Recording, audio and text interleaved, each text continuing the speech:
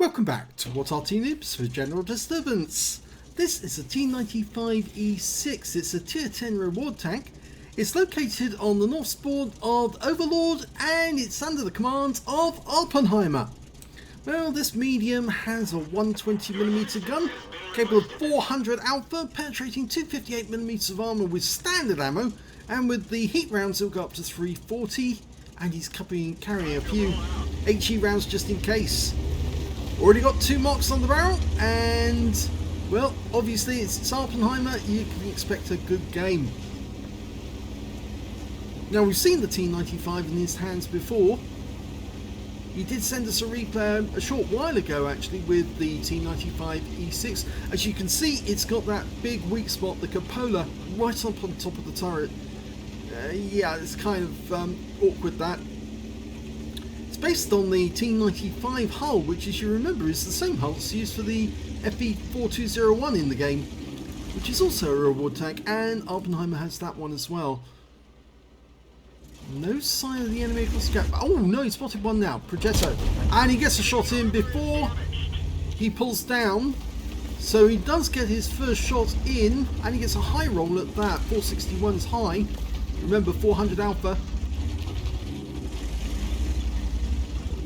I've noticed that, well, actually I've seen in the comments to many of Awppenheimer's videos that a lot of you have been watching these replays by him and learning a lot about how to play the game, because after all, he has a lot more experience. Oh, got clobbered there. The IS-3 got revenge, but he got one back on him as well for 395, a low roll. Gets around into the M46 pattern, the tier 9 version. That IS-3 is probably still around there. Wouldn't be surprised. Progetto makes out that he's popping up there. The IS-3 is there, and it looks like he's angling for another shot. And he gets another round into the pattern. 468, another high roll. IS-3 poked, but he pulled back in time to avoid a shot. He's definitely convinced that he can get more damage from that position. I think actually he's in a lot of danger if he stays there. You shouldn't drink from the well too often. If you keep going to the same well, eventually it'll backfire on you. Now, you might say that about Awppenheimer, but the thing is that here he actually is getting damage on some of these enemy tanks, and a lot of them actually. And he's enabling to pull back into cover before they can do anything back at him.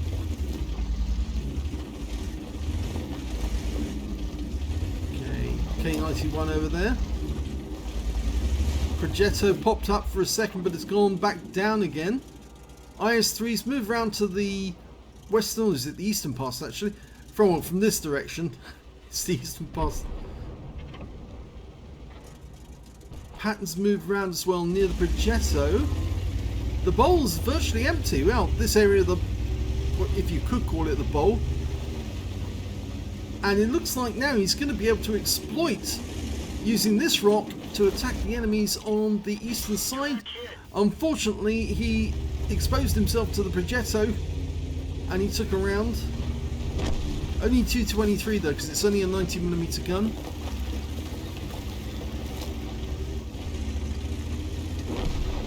So he's got 2k of damage already. Only 4 minutes into the battle. Well, slightly less than 4 minutes. And this time round, I think he's going to get the Progetto. There he is. And the Progetto's waiting for him to poke over the edge. Yeah, I think he's decided no, not going to do that. But, yep, no, he's decided to move just a bit further around. Unfortunately, Progetto did manage to get back in time. But that pattern is vulnerable. And yeah, nice round. 375, low roll.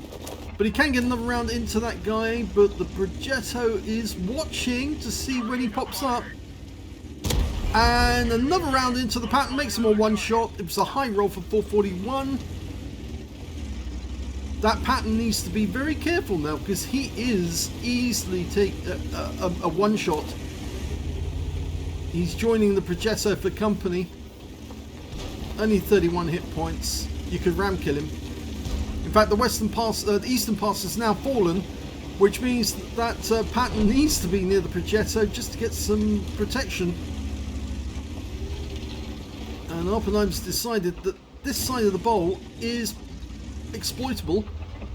There's an ISU 152K there, the premium one, gets around him, but it's a low roll, 382. He is a one shot if he can get a high roll. Nope, ricocheted off. Progetto poked up again.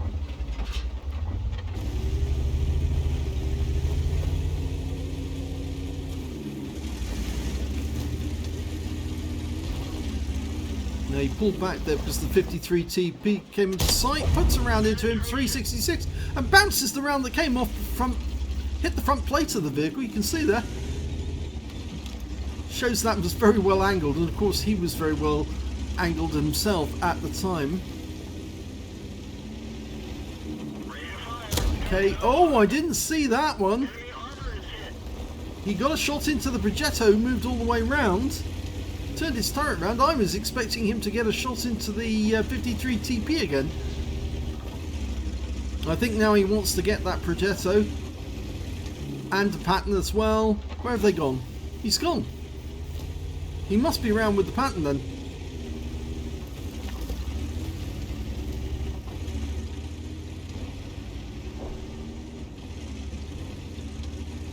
$4K of damage so far. He's probably leading. Only another K to get his high caliber. Bounces another round from the 53 TP. Locks on. Going to go for another one. Didn't get it. Didn't pen. It's going to try again. This time manually. Yes, gets it. Low roll. Only just, but he did get penned by the 53 TP this time. Pops up and takes out the 53 TP. And now potentially he's got the high caliber. There's the Progetto. Popped up to try and get around, and he did. 237. Awppenheimer's only down to half his hit points now, but he can take out the Progetto. Gets him. There's the standard B. There's the Patton. The Patton's the easiest one to get next. But he's going to put rounds into the standard B, I think. Or is he? Get the Patton. It's the easiest one to do. Oh! No, Arty got the Patton. The Conqueror gun carriage got him. Okay, so standard B now. It's the only one over on this side of the map. We're one tank down on the enemy. Two tanks down on the enemy now. There's the standard B. Oh, bounced one of the rounds from standard B. And he pops up, but he gets nuked by the Jaegeru who's in the bowl. And that now means they're only one tank down. But they do have an advantage in hit points. Got 500 more hit points than the enemy. Okay, there's three tanks that we do need to worry about. The FB4005, the VK101P and the T94E1. But it looks to me like Awppenheimer is going to deal with the Arty first. And the Arty is the T92 HMC. Biggest gun in the game. And he's found him. In fact, actually, he's way over there. Trying to run away.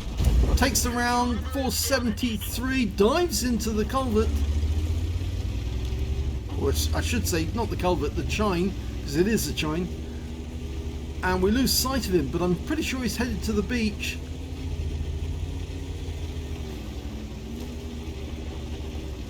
No, he managed to get down the chine in time to avoid getting killed, but Awppenheimer tries to get a look around the corner without actually having to go down, but he's going to have to go down now. There's the T92. Yeah, maybe he should have gone up the other chine to protect himself, but he didn't. It would have taken him too long to get north on the beach.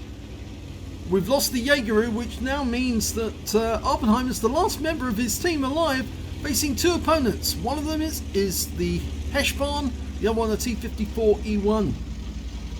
Now, I know a lot of people have actually said, it's not a Heshbarn, it's a shit barn. No, I just don't like using the word shit, that's all. I just don't think it's applicable. Because after all, that tank destroyer was designed to fire Hesh. That was its primary ammunition. And the enemy's decided that capping is the best decision. Well, maybe they've looked at the stats for Awppenheimer and realised, oops, we do need to cap, yes, because this guy is just way too good to try and take him out and cap no kill.